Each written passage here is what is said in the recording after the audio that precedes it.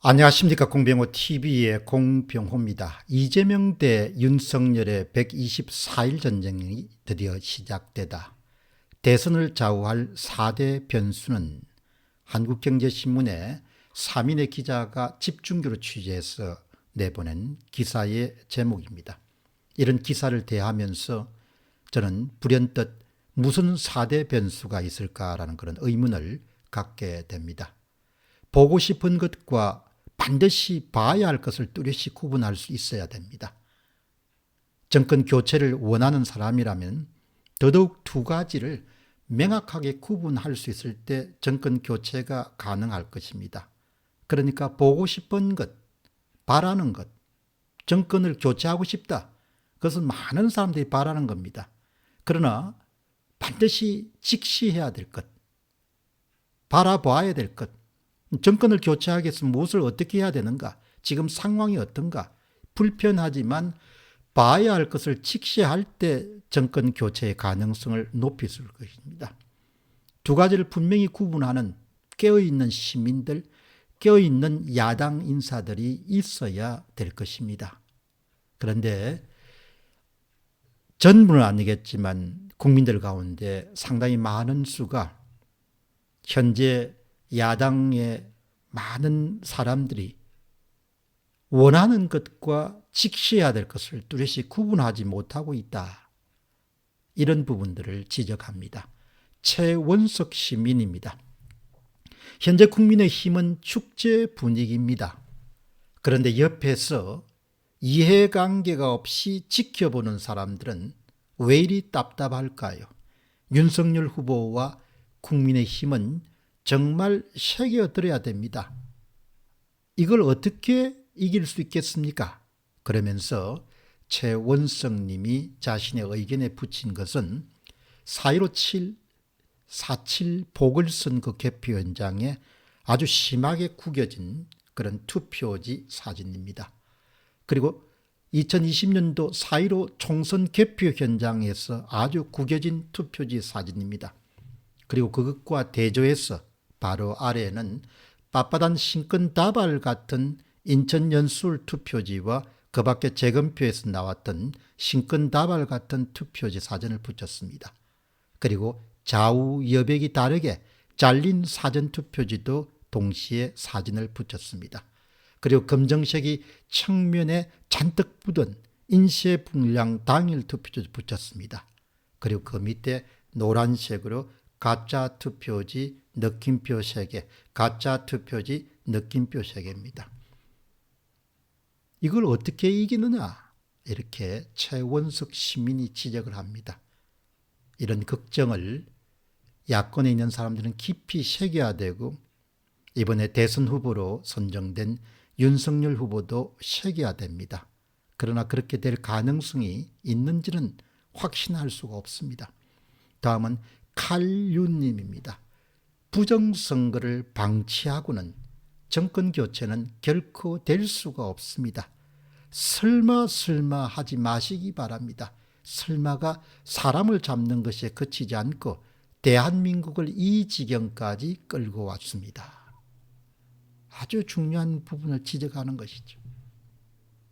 그런데 부정선거를 부정하는 사람들이 워낙 윤석열 후보 캠프에도 많을 겁니다. 그렇기 때문에 우리가 이길 것이다 이렇게 아마 생각하고 정말 중요한 문제를 정하니 할 가능성이 높기 때문에 제가 이렇게 아주 축제 분위기가 지배하고 있는 이 시점에 분명한 그런 경고 메시지를 드리는 겁니다. 칼륜님처럼 부정선거를 방치하고는 정권 교체가 결코 안 됩니다. 이 칼륜과 같은 시민들이 무슨 부정선거를 밝힌다고 해서 개인적으로 특별한 이득을 가질 수 있는 그런 사람은 아닐 것입니다. 그냥 시민입니다. 이해관계가 전혀 없는 사람이기 때문에 더더욱 이런 이야기를 귀담아 들어야 되는 것이죠. 이재환 시민은 또 이렇게 경고합니다. 부정선거라는 최종 병기가 꿈틀거리며 살아 있습니다. 그런데 김종인과 이준석이 제대로 이 문제를 다루겠습니까? 여기에다가 하태경이 근거리에 들어가서 안개를 피워댈 것이니 이들의 합동작전에 윤석열 후보가 겹겹으로 포위된 그림이 훤히 보입니다. 이재한 님이 그런 그림을 직접 본 것은 아니고 본인이 상상해 볼 때 그 캠프의 성격이라든지 현재 국민의힘의 성격이라든지 그 다음에 김종인이라는 사람이 부정선거에 대한 견해라든지 이준석과 하태경이 갖고 있는 그런 견해를 보게 되면은 윤석열 후보가 이 문제를 정면으로 대시에 들어가고 이 문제가 얼마만큼 본인의 당락에 큰 영향을 미칠 것인지를 잘 알기가 쉽지가 않을 것이다.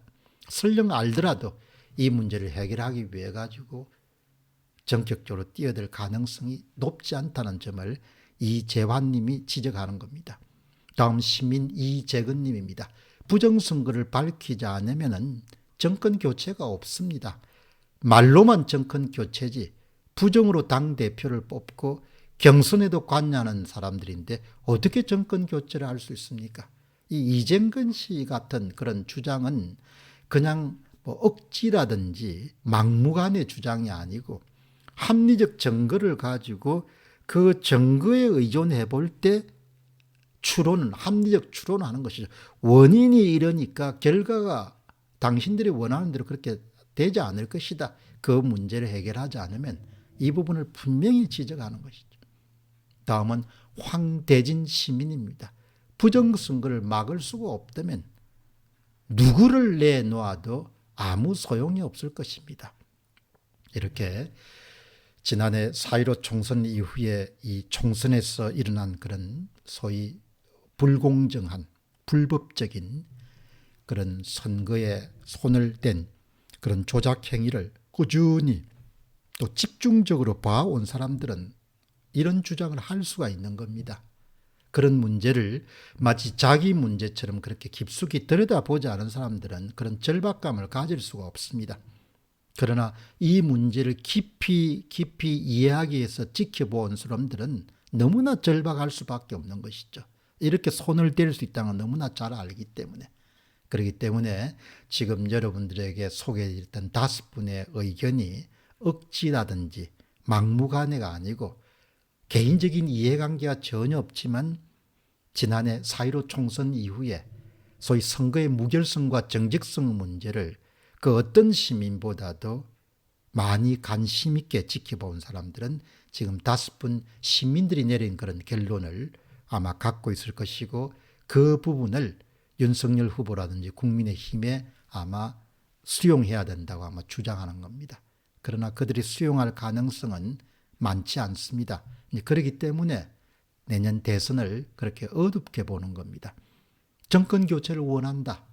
이런 바람이나 기대나 구호나 사실 그런 거 말고 실제로 정권 교체가 가능한가라는 점을 생각하는 시민들이 많이 나와야 될 것입니다. 4.15 총선에서 그 많은 지역구에서도 저렇게 조직적으로 작업을 했습니다. 이후에 선거 무효소송에서도 검찰, 대법원, 대법관, 선관위, 언론들이 저렇게 철저하게 작업을 함께 하는 것을 우리가 지켜보게 됩니다. 그런데 대통령 선거라는 것은 지역구가 딱 한 개지 않습니까? 전국이 단일 지역구와 같은 것이죠. 그러니까 너무나 쉬운 겁니다. 논리적 사고가 참 필요하죠. 원인이 이러니까 결과가 이렇다. 그냥 우리가 정권 교체할 수 있다. 그렇게 그냥 주장하는 것이 아니고 사실 그게 가능하냐 이야기죠. 그런 점에서 보면은 정말 이 선거 무결성, 선거 정직성 문제에 대해서 야당 후보나 또 야당이 정말 대오각성한 그런 방향 전환이 없으면은 뭐 그냥 예상 가능한 결과가 나올 수밖에 없다. 무엇이든 다 만들어낼 수가 있으니까 이런 부분에 대해서 참 오랫동안 이 문제를 다루어온 사람들은 너무나 그 문제를 중요하게 여길 수밖에 없는 것이죠. 완전히 그냥 운동장 판 자체를 그냥 기울게 만들 수 있기 때문입니다. 공병호 TV의 공병호였습니다. 감사합니다.